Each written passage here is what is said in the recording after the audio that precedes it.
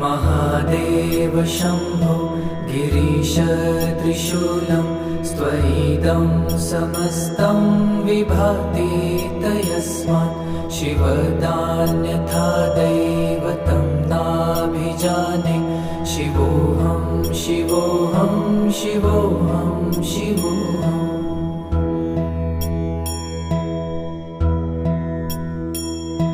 यतो जयतेदं प्रपञ्चं विचित्रं स्थितिं याति यस्मिन्नेकान्तमन्ते